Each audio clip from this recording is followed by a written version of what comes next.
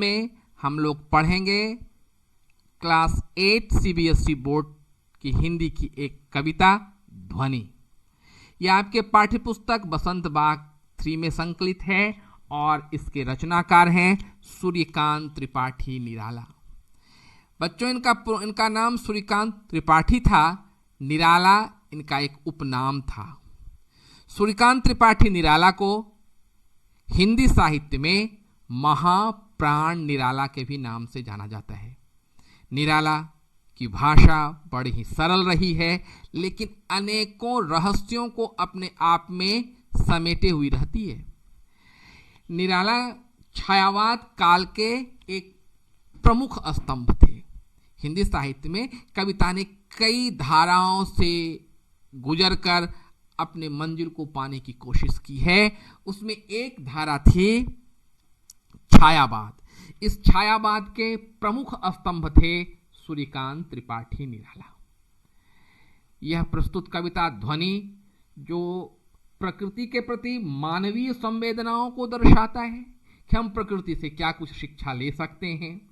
इस कविता में हम देखेंगे कि कवि बड़ा ही आशावादी है और कवि को अपनी जिम्मेदारी का भी भरपूर एहसास है। तो इस कविता की आज मैं शब्दशः लाइन बाय लाइन व्याख्या करूंगा। देख रहे हैं 1, 2, 3 और 4 बंद में लगभग यह कविता बंधी हुई है। तो आज इसकी पूरी व्याख्या मैं आप लोगों के लिए करूंगा ताकि आपको समझने में बिल्कुल आसान हो। तो जब मैं इस कविता की व्याख्या शुरू करूं तो आज फिर अन्य दिनों की तरह एक बार मैं फिर आपको याद करा दूं, आपसे रिक्वेस्ट कर लूं कि जिन लोगों ने अब तक मेरे इस चैनल को सब्सक्राइब नहीं किया है, प्लीज़ अभी का भी इस चैनल को सब्सक्राइब कर लें। यह चैनल केवल आपके लिए और केवल आपके लिए ही है, जिस पर आपके पाठ्यक्रम से संबंधित ढेरों जानकारियां मैं यहाँ से हर एक दिन लगभग अपडेट करते रहता हूँ, ताकि इस कोरोना काल में भी जब हमारी पढ़ाई लगभग बाधित हो चुकी है, आपको सही जानकारी और बेहतर जानकारी मैं दे पाऊँ। अगर वीडियो अच्छा लगे तो प्लीज़ लाइक अवश्य करेंगे। कमेंट्स में अपना कमेंट्स लिखेंगे कि आपको वीडियो कैसा लगा और शेयर भी कर लेंगे अपने ग्रुप में। आपके शेयर, लाइक और कमेंट्स मेरे लिए एक ऊर्जा का स्रोत बन जाता है, ताकि मैं आपको फिर बेहतर ढंग से आपके सब्जेक्ट मैटर को यहाँ पर प्रस्तुत करता हूँ।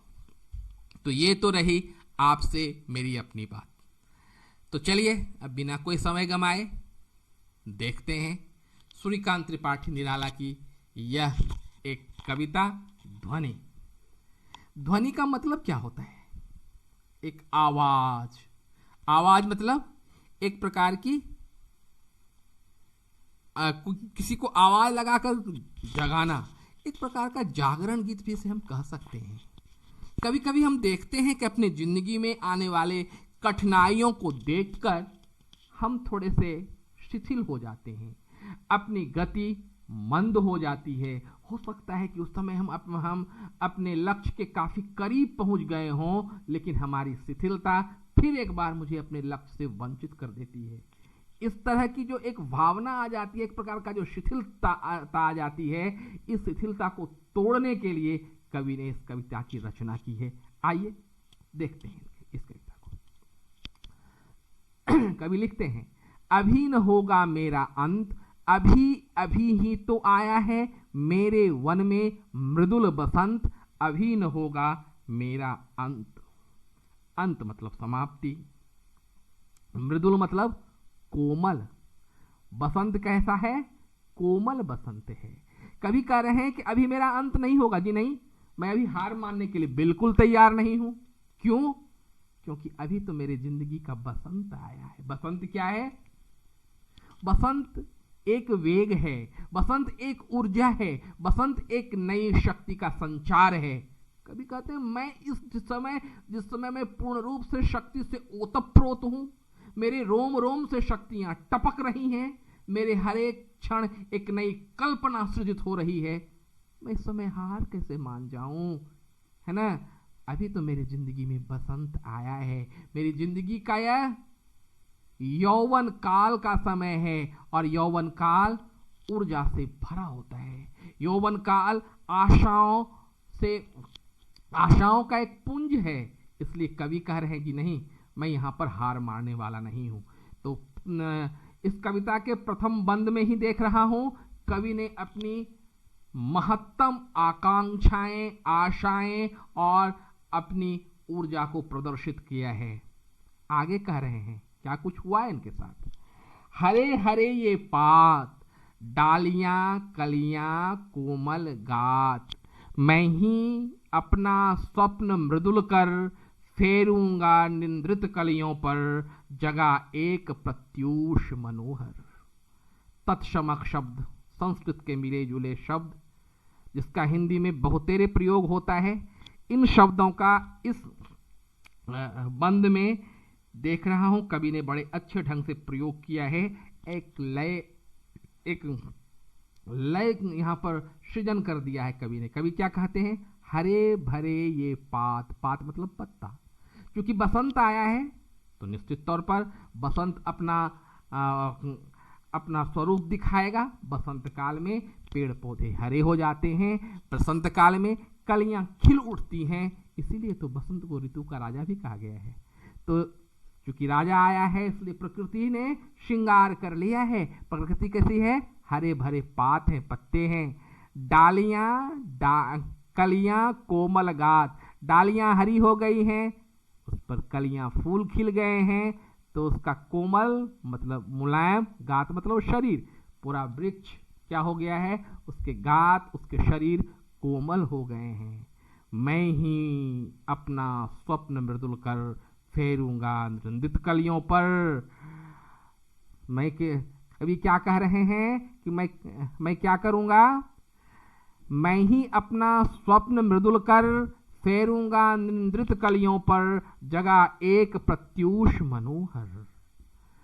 कवि कह रहे हैं कि मैं अपना सपना खुद सृजित करूंगा। अपना सपना जो है मेरा कैसा होगा, मृदुल सपना है मेरा। मृदुल कर यहां पर लिखा है, देखिए द्वंद्व समास का यूज किया है। मृदुल कर, उसके हाथ कैसे हैं, कोमल हैं, है ना। मृदुल कर फेरूंगा निंद्रित कलियों पर। निंद्रित मतलब जो अभी निद्रा में थोड़ा सा लगा हुआ अलसाई जो है, यह जो समाज अलसा गया है, कवि कह रहा है मैं इसमें एक नई कल्पना, एक नया स्वप्न सृजित करूंगा। जगह एक प्रत्यूष मनोहर, प्रत्यूष मतलब क्या होगा, सवेरा। और जब कल्पनाएं, जब स्वप्न में अच्छा देखूंगा, तो जब अगली सुबह होगी तो बड़ा ही मनोहर होगा, बड़ा ही आकर्षक होगा। हो सकता है रात की अंधेरी काली रात डरावनी हो, लेकिन जब उस अंधेरी काली रात में मैं एक अच्छा सा सपना देखूंगा, एक अच्छा सा सपना बुनूंगा, जो मेरा अपना सपना होगा, जो एक मृदुल सपन होगा, और जब उस सपने के साथ सुबह में उठूंगा, प्रत्यूष जो होगा मेरा, सुबह जो होगा क्या होगा, मनोहर होगा, आकर्षक होगा। यहाँ संसार में जिसने अच्छे सपने देखे वही संसार का विजयी पुरुष भी कहलाया। यह शाश्वत सत्य है संसार का। आगे लिख रहे हैं, पुष्प पुष्प से तंद्रालय, लालस खींच लूंगा मैं, अपने नवजीवन का अमृत सहर्ष सींच दूंगा मैं। कवि जो होता है ना, समाज में एक नई सृजन लाता है, एक नया बिहान लाता है, एक नई कल्पनाएं लाता है। अगर हम इतिहास के पन्नों को टटोलें, पलटें, तो पाएंगे संसार में, समाज में जो कुछ भी नया सृजन हुआ, उसमें कवियों, लेखकों और विचारकों का बड़ा ही हाथ रहा है। इसलिए कवि अपना यहां पर कह रहे हैं पुष्प पुष्प में, मतलब हर एक व्यक्ति में जो कि तंद्रालय, जो कि आलस हो गई है, जो आलस में के वशीभूत हो चुका है पूरा व्यक्ति, पूरा समाज, मैं उससे आलस खींच लूंगा, लालसा खींच लूंगा मैं। लालसा मतलब लोभ।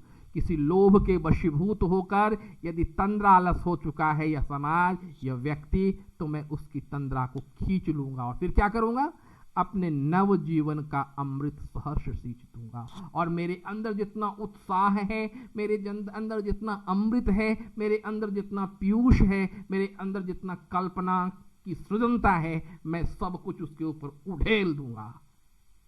यहां पर कवि अपनी जिम्मेदारी को सहज महसूस कर रहा है।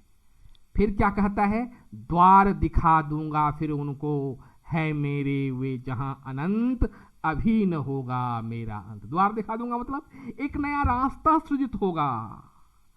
कभी यहां पर कह रहे हैं कि एक नया रास्ता सृजित हो जाएगा, है ना। क्यों भाई, जब लोग जग जाएंगे तो निश्चित तौर पर एक नया रास्ता उन्हें मिलेगा। द्वार मतलब दरवाजा, रास्ता, फिर मैं उसको रास्ता दिखा दूंगा उनको, है मेरे वे जहां अनंत। अनंत मतलब, अनंत यहां बहुअर्थी शब्दों में यूज हुआ है। अनंत जिसका अंत नहीं हो, या ईश्वर। है मेरे वे जहां अनंत, जहां पर ईश्वर हैं, मैं उन्हें वहां तक पहुंचा दूंगा। ईश्वर तक पहुंचना मतलब पूर्णता को प्राप्त करना है। फिर यहां पर कवि कह रहे हैं, इस शब्द के अंतर्निहित जो, इन पंक्तियों के जो अंतर्निहित अर्थ हो सकते हैं कि जब उन्हें नया रास्ता मिलेगा तो फिर वे पूर्णता को भी प्राप्त कर लेंगे, है ना।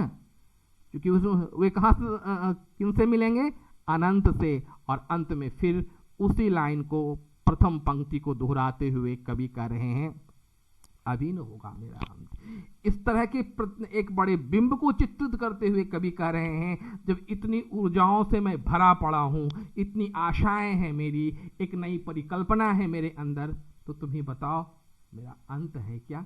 जी बिल्कुल नहीं अंत है। यह आशा से भरी हुई यह कविता आप लोगों को अच्छी लगी होगी, और मुझे पक्का विश्वास है बच्चों कविता का अर्थ भी आप लोगों के सामने प्रकट हो गया होगा, आप लोगों के सामने इसका अर्थ स्पष्ट हो चुका होगा। अब फिर अंत में आपकी बारी। अगर यह कविता अच्छी लगी तो लाइक करें, शेयर करें, कमेंट अवश्य करें, और यदि आप हमारे चैनल पर नए हैं या अब तक सब्सक्राइब नहीं किया है, प्लीज सब्सक्राइब करें और इस बेल आइकन को हिट करना बिल्कुल ना भूलें। तो आज के लिए इतना ही, मिलते हैं अगली बार।